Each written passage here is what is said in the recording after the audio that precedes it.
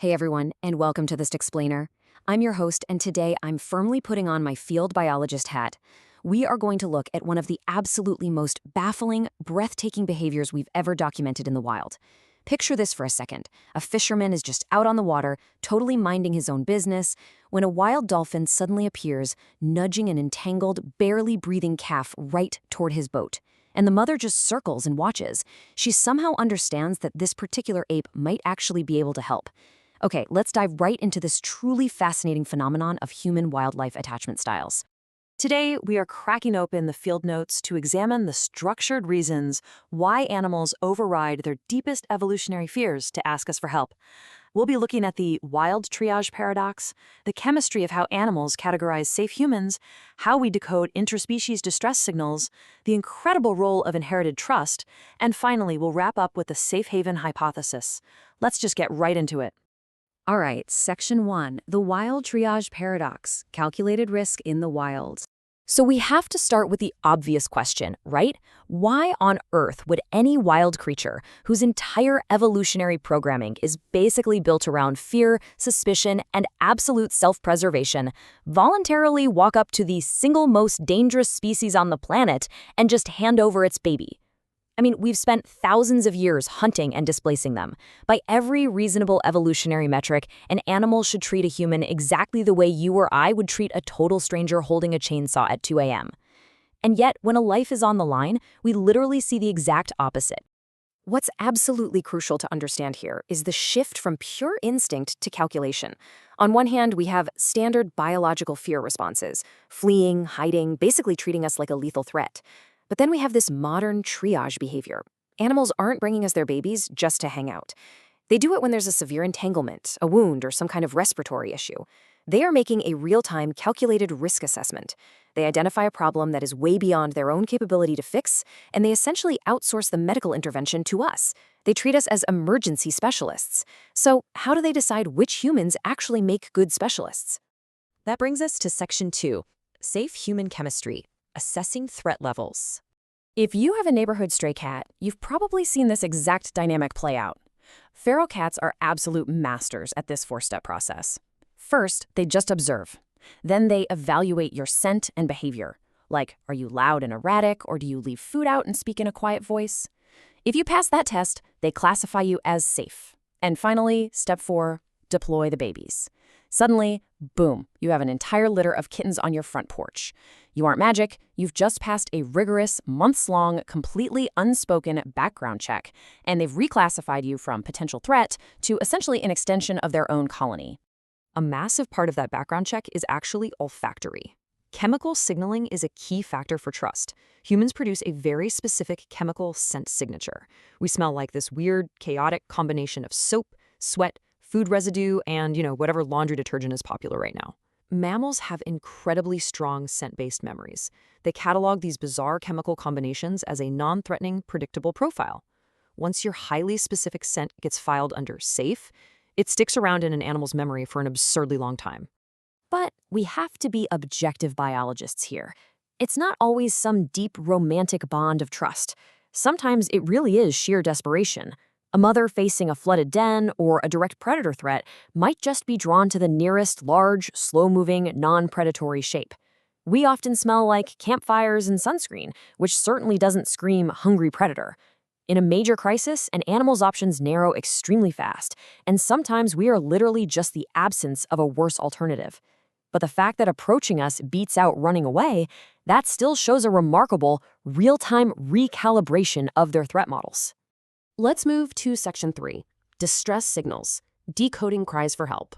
The mechanism driving our response here is this fascinating concept called the leaky caretaking instinct. Research shows that the specific pitch, urgency, and rhythm of distress calls actually share structural similarities across many different mammal species. So a crying human baby and a highly distressed puppy actually trigger the exact same biological response in adult humans. Our heart rate spikes, we pay immediate attention, and we get this overwhelming urge to investigate and fix the problem. Our evolutionary caretaking instinct literally leaks over to other species' young. So if you're out in the field, Here are the tips for recognizing these animal distress cues. Auditory signals are exactly what we just discussed, that incredibly urgent pitch.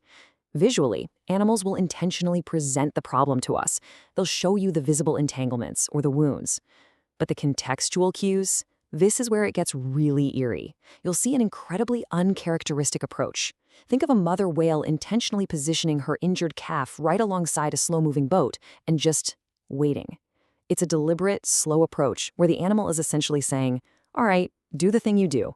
And because we usually respond with quiet voices and careful hands, our reputation as helpers just keeps growing. Okay, section 4, inherited trust, socially transmitted. Let's look at how this trust actually builds across time, using elephants as our primary model. Say at year 0, an elephant has a totally positive, non-threatening interaction with a sanctuary worker.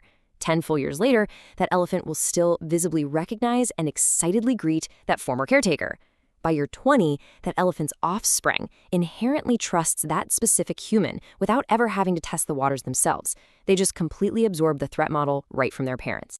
And elephants certainly aren't the only ones. Look at these other social transmission champions. Crows have facial recognition abilities that would honestly embarrass most humans. They hold lifelong grudges, but they also pass down extreme loyalty towards specific, nice humans directly to their chicks. Whales and dolphins already practice cooperative pod rescue among themselves, so it's a pretty easy cognitive leap for them to include a helpful human in that process. And of course, dogs have 15,000 years of evolutionary wiring where humans were permanently filed under pack member with thumbs. We even see this slow-building familiarity bleeding into wild coyotes and foxes living in areas with very low hunting pressure. It's amazing. Finally, Section 5, the safe haven hypothesis, the academic framework for all this. In wild primates, like chimpanzees, we observe a behavior called alloparenting. Basically, infants are cared for by a wide network of trusted adults, aunts, older siblings, and so on. Now, if a human researcher sits near a troop for years, exhibiting immense patience and literally zero sudden movements, they can actually get completely absorbed into that troop's mental map of acceptable infant-adjacent adults. It is a wildly specific category to earn membership in, but it absolutely happens. And this brilliantly illustrates the human as safe haven hypothesis. It's the working theory that wild animals can actually form a rough, attachment-style bond with specific humans. They don't just tolerate the person, they actively seek them out during moments of extreme stress.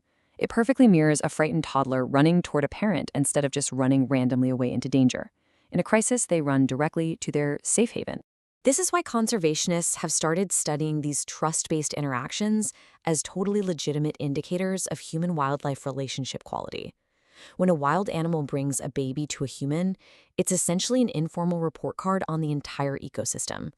It proves that the region has low hunting pressure and a strong track record of quiet, patient, non-threatening coexistence. Every single bowl of food left out, every slow, careful approach acts as a tiny data point in an evolutionary ledger of trust. Which leaves us with this final, really profound thought. Animals do not trust humanity as a whole. I mean, our track record is way too messy for that.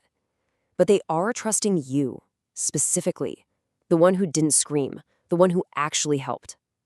So the next time you see a stray cat parading kittens onto a porch or hear about a wild dolphin seeking out a local fisherman, you really have to ask, in a world where they have literally every instinctual reason to fear us, have we, interaction by careful interaction, finally convinced the wild that humanity might just be worth the risk? Thanks so much for exploring these field notes with me today. Keep your eyes open out there and keep being the kind of human the wild can trust.